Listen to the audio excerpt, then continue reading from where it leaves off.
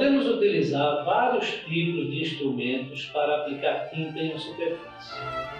Esponja, rolo, aerógrafo, eu vou mostrar o que é aerógrafo, espátulas e até as mãos.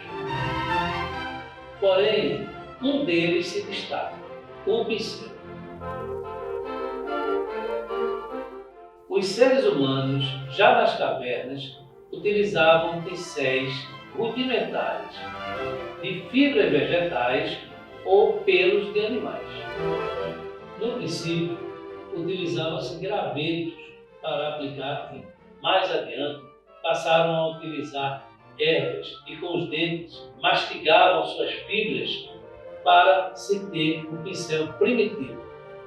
Há registros arqueológicos em todas as partes do mundo apontando quando o ser humano começou a utilizar pelos de animais amarrados em uma vara para pintar. Seria o que mais se aproxima do que conhecemos hoje como pincel.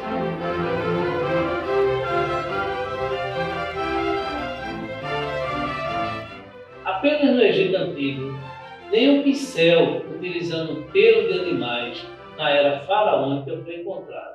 Os arqueólogos especulam que tenha sido talvez em respeito aos animais ou algum tipo de superstição.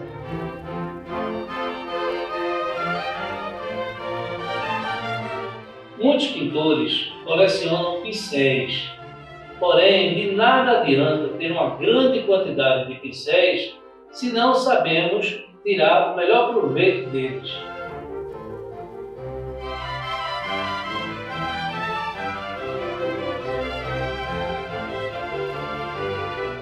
É baseado na minha experiência como pintor que pretendo ser o mais prático possível e dar uma visão geral do que é preciso saber para se tirar o melhor proveito desta ferramenta do dia a dia. Existem vários tipos e formatos de pincéis, porém falarei apenas dos que interessam ao nosso propósito. Os pincéis mais caros são sempre os utilizados para a pintura à base de água e são os mais difíceis de imitar com fibra sintética. Os melhores pelos para essa categoria são os de mustelídeos de clima frio, capturados no inverno, quando seus pelos estão maiores. Dentre eles, os mais caros e melhores são o de Marfa e Kolinsky.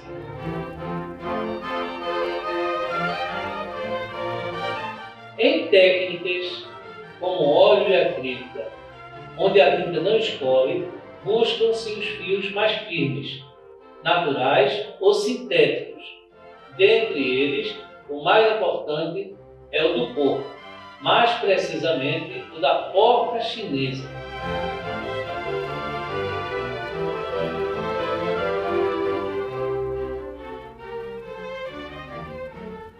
Alguns pintores, ao longo da sua carreira, adaptaram seus pincéis ao seu estilo de pintura, ganhando mobilidade ergonômica, física e visual. Um desses pintores foi Matisse.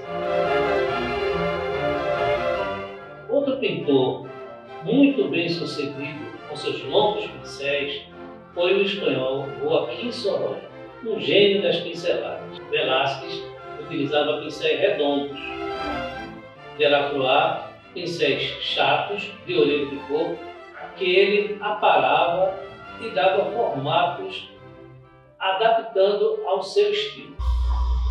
Atualmente, existe uma infinidade de pincéis industrializados e artesanais de ótima qualidade. Em virtude do tempo, iremos utilizar modelos simples e trabalhar com áreas pequenas. Para tanto, utilizaremos 3 pincéis, um número 12, um número 6 e um número 3.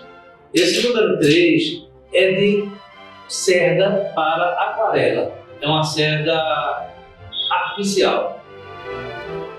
Em paletas com muitas cores, é interessante que se tenha 2 pincéis para cada número.